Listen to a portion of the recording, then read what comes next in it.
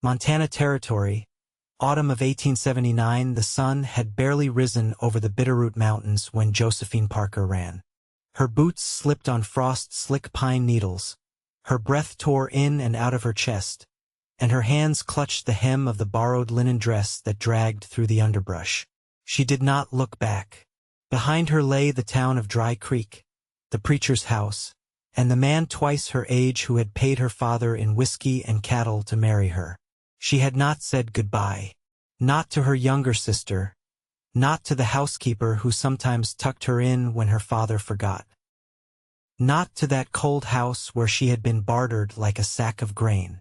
Josephine had waited until the preacher and her intended were off drinking at the saloon, then slipped out under moonlight. She walked through the night, then ran when she heard riders. Now her legs ached and her stomach burned with hunger, but she did not stop. She did not know where she was going, only that she could not go back.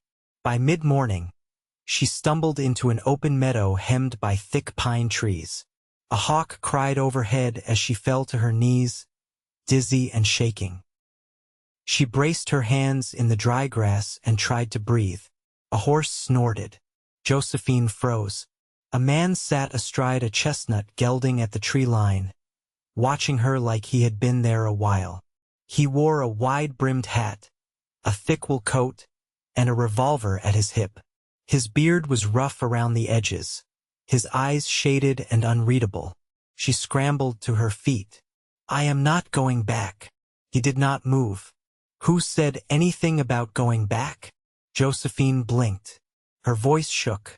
"They are looking for me." The man's gaze swept over her dress torn, feet raw, arms scraped. He dismounted slow, one hand loosely on the reins. "You run from a husband?" She hesitated, then nodded. He nodded back once. "Then you are not going back." Josephine stared at him. "Why would you help me?" He shrugged. "I do not like men who buy women." The silence between them stretched. She could not tell if he was mocking her or not. He stepped closer, thumb hooked on his belt. "Name is Abram North. Got a place about a mile east. You look like you are about to fall over." Josephine's legs wobbled. "Josephine Parker." Abram tipped his hat. "Well, Miss Parker, you come with me, and I will not ask anything of you. You can rest, eat, and figure out what comes next." She looked past him through the trees, toward the mountain ridge. She could keep running, or she could take a chance. Josephine nodded. He led the horse beside her as they walked, not saying much. She noticed he did not look at her the way other men did, not like something broken or owned, just quiet and steady, like the trees around them. His homestead sat in a narrow valley, tucked between a crumbling stone ridge and a stream that ran cold and fast. The cabin was small but well kept. A barn leaned behind it, with a fenced pasture and a few chickens scratching in the dirt. Inside, the cabin smelled of firewood and old leather. Abram pointed her to a chair while he ladled stew into a tin bowl and set it in front of her with a slice of cornbread. Josephine ate like she had not tasted food in days, because she had not. He sat across from her, arms crossed over his chest. "You got any people?" "Not really." He nodded like he understood. "You can stay here a while. I live quiet. Nobody comes out this far." "And you just help people?" she asked, voice low. "I mind my own, and I do not like seeing folks hurt." The words made a lump rise in her throat. She looked away, blinking fast. Abram stood and moved to the hearth, giving her space. "There is a bed in the back. You can have it. I will take the floor. I do not want to be a burden." "You are not." She looked at him again. This time, she saw something in his face, not kindness exactly, but something steadier, something that held. The days that followed were quiet. Josephine slept long hours. Her ribs stopped showing. Her bruises faded. Abram did not ask questions. He fixed the fence, mended tack, chopped wood. She helped where she could, feeding chickens, boiling wash water, sweeping the floor. They spoke little at first, but when they did, it came easy. She learned he had come west after the war, after losing too many people to name. He learned she had grown up in a house where no one listened when she cried.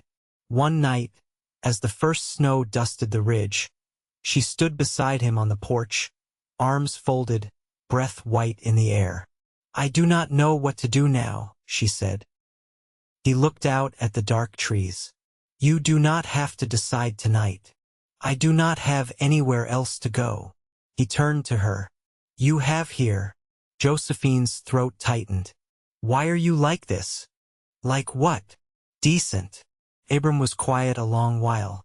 "Maybe because I know what it feels like when no one is." She looked up at him then.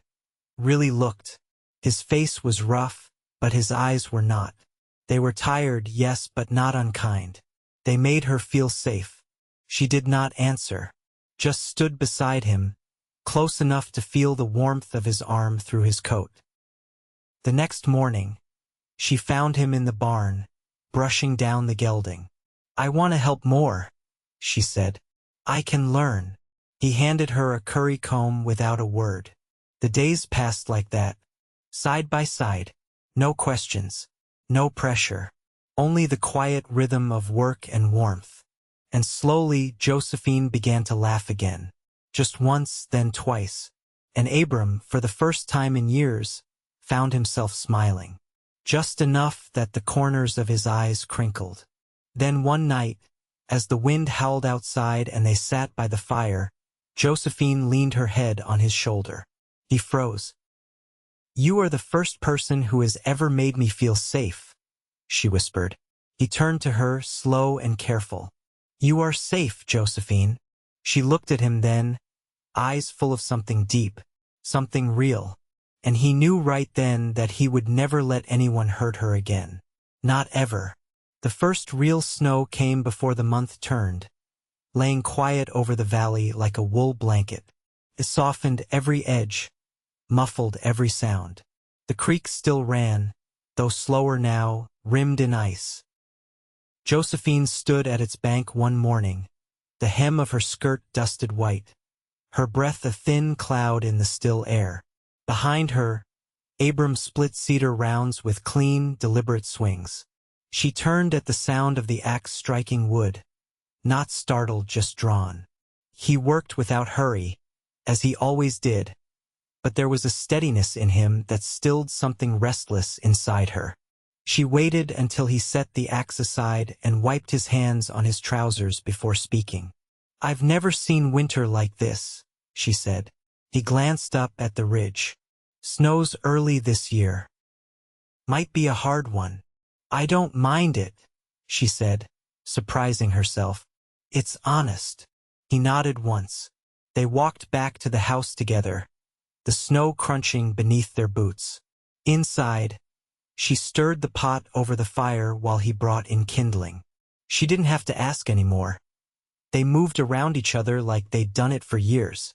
Later, she stood near the hearth with a cup of broth warming her hands.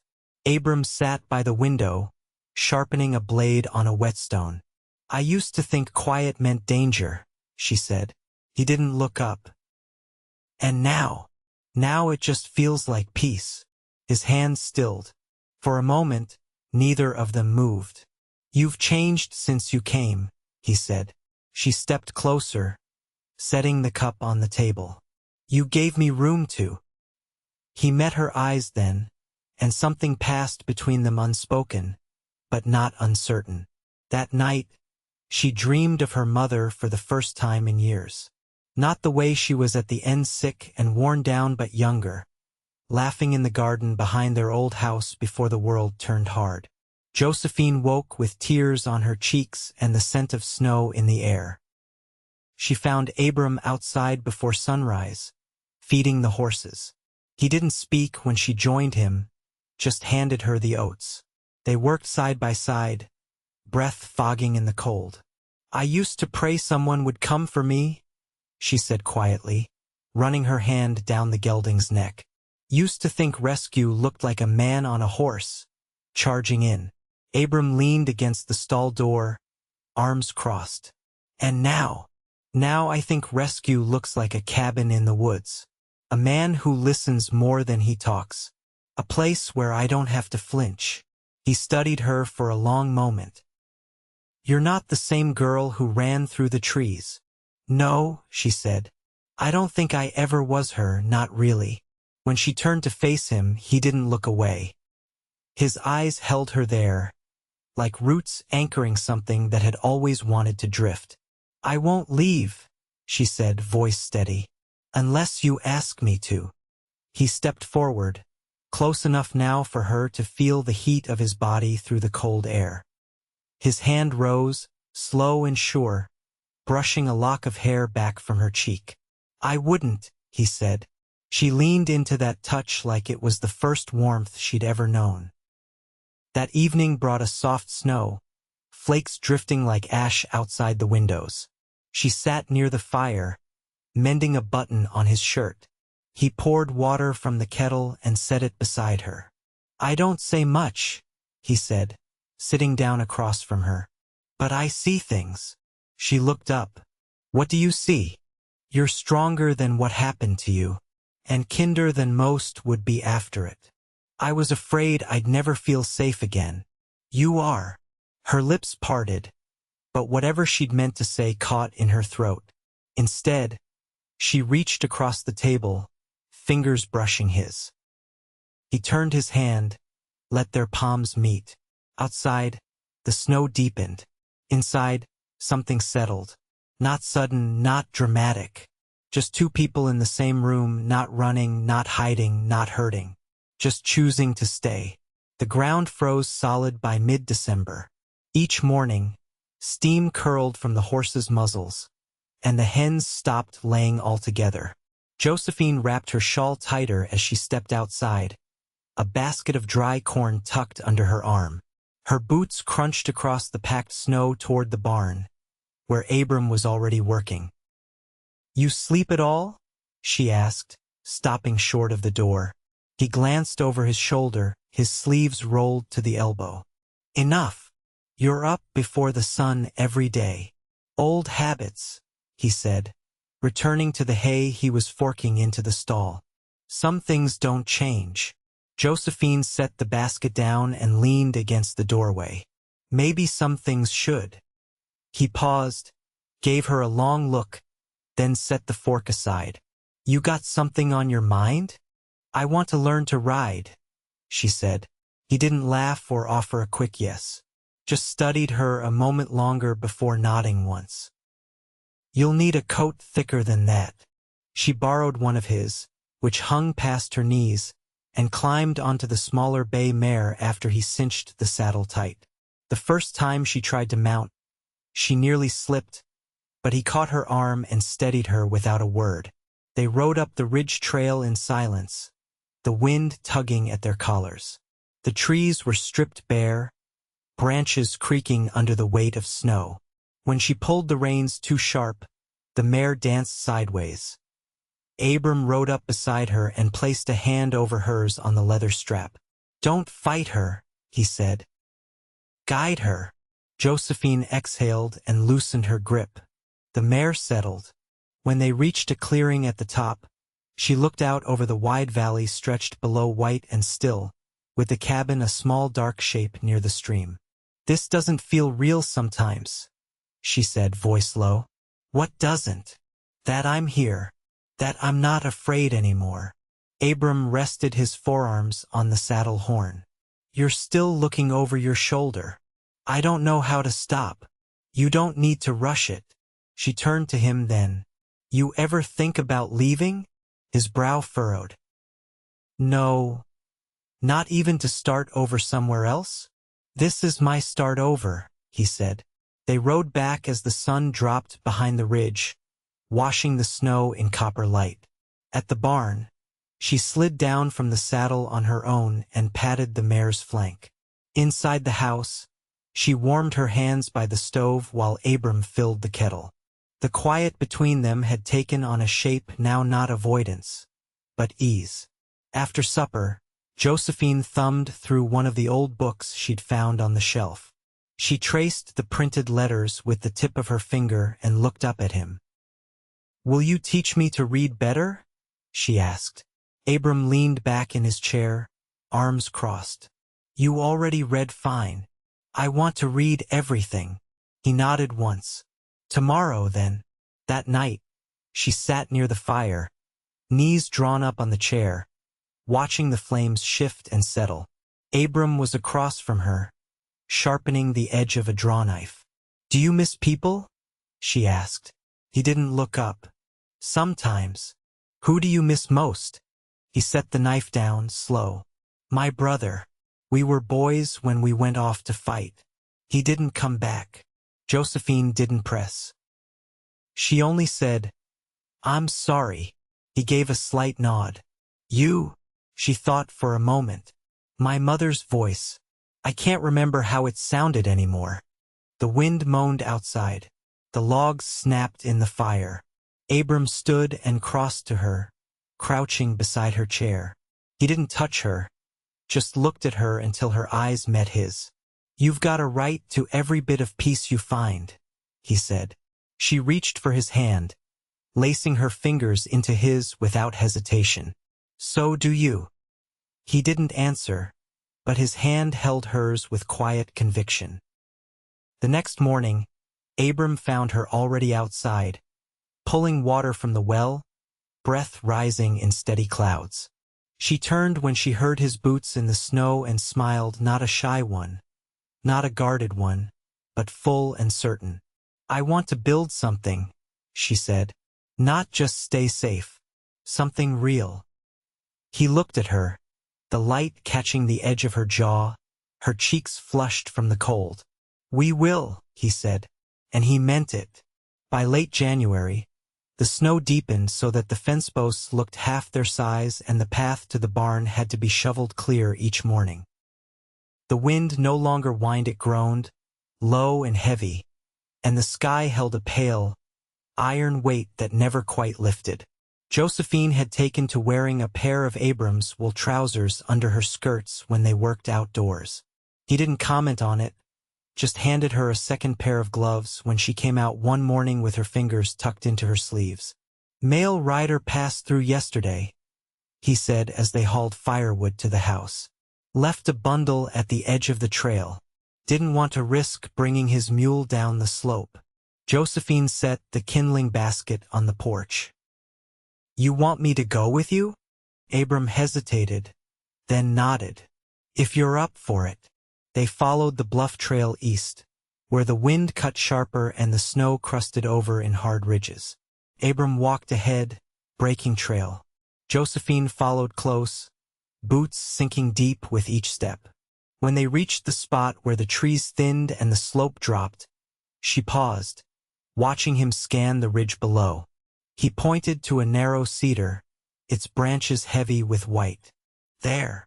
Bundled in oilskin and bound with twine, the parcel waited in the crook of the tree. Abram retrieved it, brushing snow from the top, and handed it to her. She turned it over in her hands. "It's addressed to you." He didn't answer right away. She looked up to see his jaw tight. "From Missouri," he said. "Only person left there is an old friend of my brother's. I haven't heard from him in years." They didn't speak again until they'd made it back to the cabin. Josephine set the parcel on the table while Abram unwrapped it carefully. Inside was a folded letter, a worn photograph, and a hand-stitched kerchief tied around a small carved box. She stepped back, not wanting to intrude. Abram read the letter slowly, lips moving faintly. When he finished, he set it aside without a word and opened the box. Inside lay a silver ring, dulled with time, and a flat, brass button blackened at the edges. Josephine reached for the back of a chair. "Is that your brother's?" Abram nodded once. "He gave it to Matthew, the man who wrote. Said I'd know what it meant." She didn't ask what it meant. He didn't offer. That night, after the fire had burned low and the wind had quieted, Josephine stood by the narrow window, looking out toward the ridge. "I didn't know people sent pieces of the dead," she said softly. Abram stood behind her, arms folded, his voice quieter than she'd ever heard it. "Sometimes it's all we have left to give." She turned, her hand brushing the edge of his sleeve. "Do you want to be alone?" He shook his head. "Not anymore." His hand rose slowly, resting over hers. She didn't pull away. "I used to think grief was something I had to carry alone," he said. She stepped closer. "It isn't." When she leaned into him, he wrapped his arm around her back, steady and sure. He didn't kiss her, didn't ask, just held her in the quiet, his chin resting lightly atop her head. Later, she lay awake beside the fire, her quilt pulled to her chin. Abram sat across the room, the carved box in his lap. "I want to build another room," he said suddenly, "off the side of the house." She turned to look at him. "What for?" "For you. For us. If you want it." She sat up slowly. "You mean to keep me here?" He met her gaze. "Only if you mean to stay." Josephine crossed the room barefoot, her steps soundless on the wood. She knelt beside him, took his hand, and pressed it to her cheek. "I want to stay," she whispered. "I want to build something that lasts." He leaned forward, forehead touching hers. "Then we will." They didn't speak after that. They didn't need to. By morning, the wind had stilled. The light through the window was pale gold, and the world outside looked softer than it had in weeks. Josephine stood with her hands in the dishwater, watching a pair of jays dart from pine to pine. Abram worked in the shed, sawing timber with steady rhythm. She could hear it through the cabin wall. Not rescue, not escape, but something better. A life growing from the cold. Promise made real.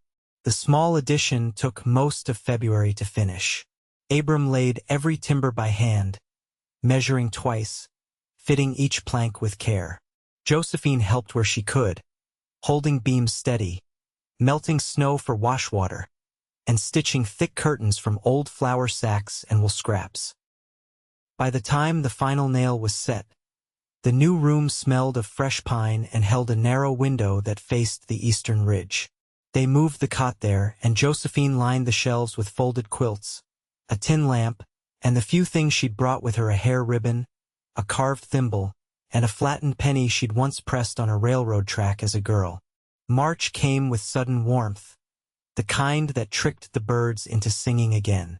The snow pulled back from the pasture in patches, revealing flattened grass and the bones of last summer's weeds. Josephine began walking the streambed in the afternoons, collecting smooth stones and early shoots of yarrow still bent from the cold. Abram gave her a tin for drying herbs and an old field guide wrapped in oilskin. One evening, as they sat at the table with the light fading behind the ridge, Josephine traced the rim of her cup and spoke without looking up. "I used to believe I'd never belong anywhere." Abram set down his fork. "What changed?" "I stopped trying to fit a shape that didn't suit me." He didn't speak right away. She liked that about him, that he let silence stretch when it needed to.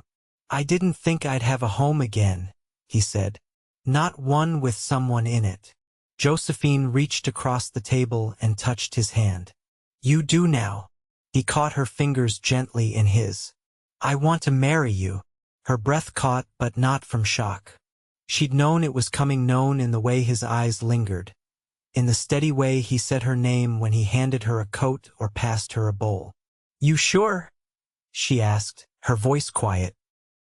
"I've been sure since the morning you stood in that meadow and told me no one was taking you back." She smiled then, not with surprise, but with something more settled. "Then yes." They married 2 weeks later, just the two of them and the land, with a ring warmed in Abram's palm and vows spoken in the open air. Josephine wore a dress she'd made from a bolt of calico Abram had traded for in town, and a comb in her hair carved from an antler he'd shaped himself. They stood beneath the split-limbed cottonwood behind the barn, its branches just beginning to bud, and promised each other nothing extravagant, just steadiness and truth, and the kind of care that doesn't need explaining. Afterward, they shared coffee by the fire and laughed over how crooked the ring sat on her finger, and Abram laid his hand gently on her cheek, thumb brushing the curve of her jaw like he'd done it 100 times before. Spring brought long days and new rhythms. Josephine started a garden in the patch of dirt near the stream, planting onions, carrots, and beans she saved from the last trader's visit.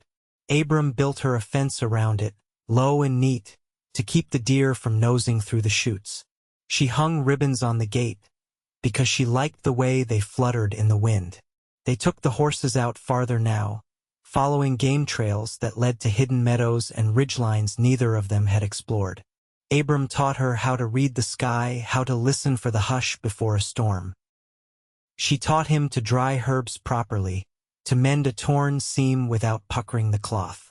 Sometimes they spoke little during those rides, but the silence between them had grown easy, like a well-worn path. One night in early May, Josephine stood barefoot on the cabin's porch, a woven shawl around her shoulders. The moon lit the valley in silver, and the wind smelled of damp earth and pine. Abram came out behind her and wrapped his arms around her waist. "You never told me what you dreamed of," he said against her shoulder. She leaned into him. "What do you mean? Back before you came here. What did you hope for, even when it felt foolish?" She was quiet for a long time. Then, "A place that didn't ask me to be smaller than I am. A man who didn't look through me. A life that didn't feel like waiting." He pressed his lips to the side of her neck, soft and sure. "You have all of that now." She turned in his arms, cupping his face in her hands. "I know." They made love that night with the windows open and the wind carrying the scent of budding grass through the room. It wasn't rushed or unsure, it was the kind of closeness that grows from every shared silence. Every winter morning spent splitting wood side by side, every moment of choosing to stay. The summer came green and wide. Her garden grew thick with vines and blossoms, and Abram built a second chicken coop when their hens hatched more chicks than expected. Josephine began teaching some of the children from the nearest homesteads how to read on Sundays, using the field guide and 2 dog-eared novels she'd found in a trader's crate. Abram watched her from the doorway sometimes, his arms folded, his mouth drawn soft in a way it hadn't been in years. In August, the midwife from 3 Valleys overcame to stay for 4 days. When she left, she kissed Josephine's cheek and winked at Abram. That fall, they harvested the garden together, side by side, hands muddy and full of roots. The first frost came early, and Josephine stood in the doorway that morning with a hand resting low over her belly, watching the sun rise over the ridge. Abram joined her, wrapping a blanket around both their shoulders. "You warm enough?" She nodded. "The baby kicked last night." He placed his hand gently over hers, and they stood like that for a long time, watching the light spill over the trees. They didn't speak of the past anymore. There was no need. It was still there, shaped them both, but it no longer held them. Their days were full of wood smoke and sun, of reading lessons and quiet dinners, of slow laughter and long looks that said more than words ever could. When winter came again, the cabin was fuller than it had been the year before. And Josephine, once running through trees with a torn dress and nowhere to go, stood in her home with a heart that no longer ached from emptiness. They were not saved by each other. They built something better. A life, family, a love that held like the mountains around them, solid, quiet, and enduring.